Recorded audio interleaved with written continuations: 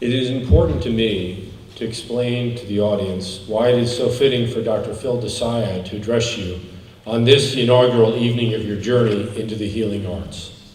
A cum laude graduate of Brown University and an AOA Honor Society graduate of Tufts School of Medicine, Dr. Desai completed his gynecological residency at Yale University and then proceeded to train further as a fellow in gynecologic oncology at the renowned MD Anderson Cancer Center in Texas.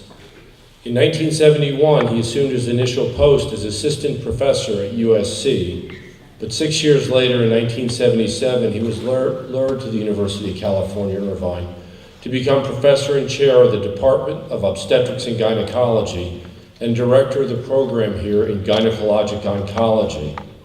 Much to the benefit of the Orange County and UCI community, he has elected to remain here these past 35 years. During that time, he's created a world-class department, one that has been recognized in U.S. News and World Report more than any other program in the history of our School of Medicine. He has published nearly 300 peer-reviewed articles in over 70 book chapters.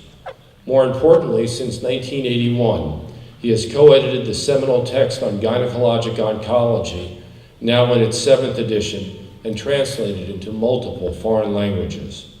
He is on the editorial board of 4 journals, including the American Journal of Clinical Oncology. At UC Irvine, he established a National Institute of Health Fellowship Training Program, which he has successfully renewed for more than a decade, thereby ensuring a steady flow of highly trained gynecologic oncologists into the community and into other academic centers. In his discipline of gynecologic oncology, he was a founding member of the Gynecologic Oncology Group and served as its chair from 2002 to 2007. He has served his specialty in multiple capacities, including president of the American Board of Obstetrics and Gynecology. He has represented his specialty as a governor in the American College of Surgeons. On our campus, he has held almost every important position, including chair of the Academic Senate, Associate Dean for Clinical Affairs, and Associate Vice Chancellor for the Health Sciences. Due to his international renown, in 2003, to express its appreciation of his standing in the healthcare community and his importance to this university, he was awarded the UCI Medal, the highest award this university can bestow on an individual. He has likewise earned every conceivable award in the field of gynecology.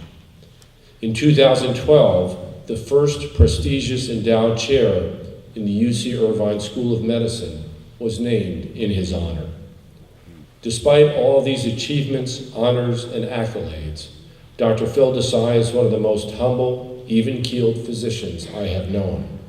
His advice is invariably sage and always delivered in a quiet but deliberate manner, meant to resolve a problem or help the enterprise move forward.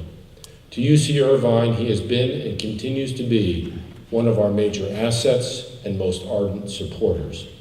Please help me welcome Dr. Phil Desai to the podium to deliver his keynote.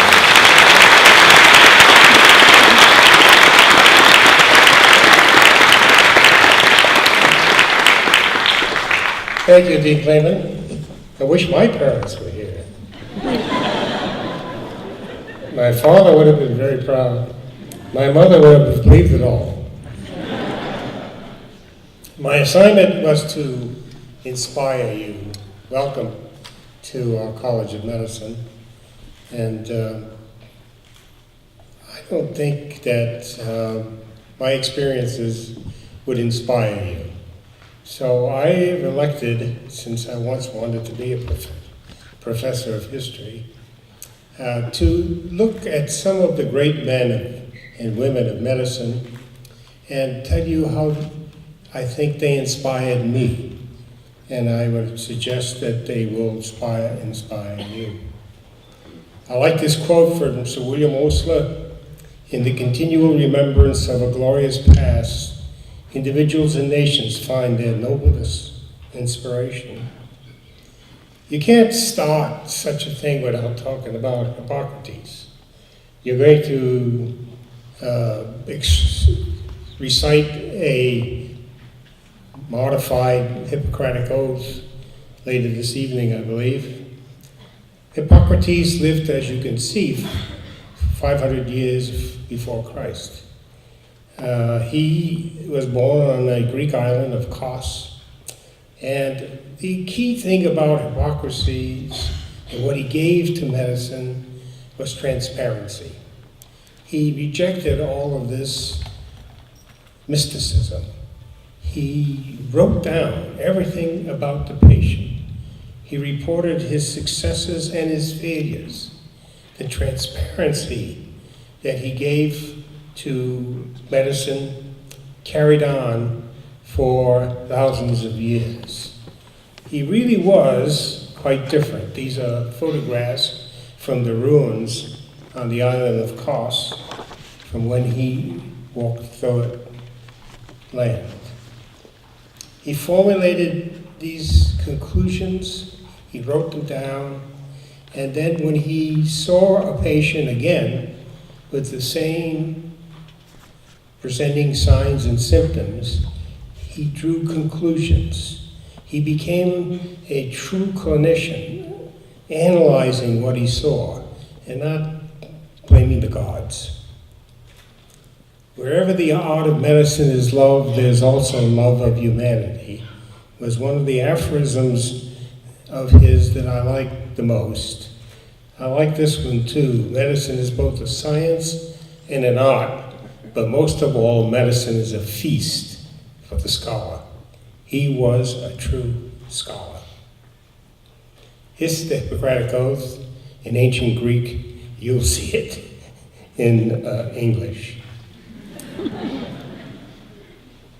The next individual is Sir William Harvey. Harvey was an interesting man. He was a Brit. He went to Italy in the oldest school in medicine, Padua, and studied with a famous professor, Fabricius. He was graduated at the age of 24, and he returned to Cambridge. While he was in Italy, he became very interested in blood circulation. Now, this may seem to be rather mundane to you, but you have to understand that his point in history, no one understood circulation. Galen, a Roman physician of the 2nd century, had told people that the heart was for heating blood. It wasn't pumping it, it was heating it. And that mistake was propagated in writings for hundreds and hundreds of years. Harvey challenged that. He challenged it, and he began studying the veins on the arms of well-developed men. He found that there were valves. He also found that the blood flowed only in one direction. And he soon was able to write his famous work in 1628 on the motion of the heart. He is the man who uncovered circulation. He was persistent. He didn't give up. He was discriminated against. He rejected the discrimination, and he continued on the path of righteousness. Ephraim McDowell was the third person. This man was a surgeon from Kentucky, and he is famous. He operated on a president, James Polk. He was called to see a woman who had a very large abdomen. People thought she was pregnant, but no baby came. And her name was Jane Todd. He went to her town. He lived in Danbury, and he went about 50 miles because he was convinced by someone that he should see her. And when he examined her, he said, "She's got an ovarian tumor. I can't help her." So she said, "Well, why can't you take this tumor out?" He said, "Well, I don't think you would survive. No one had survived when the abdomen was opened.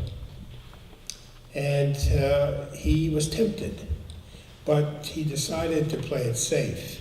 He said, well, if you can come to my surgery, which was his kitchen table, I will see what I can do.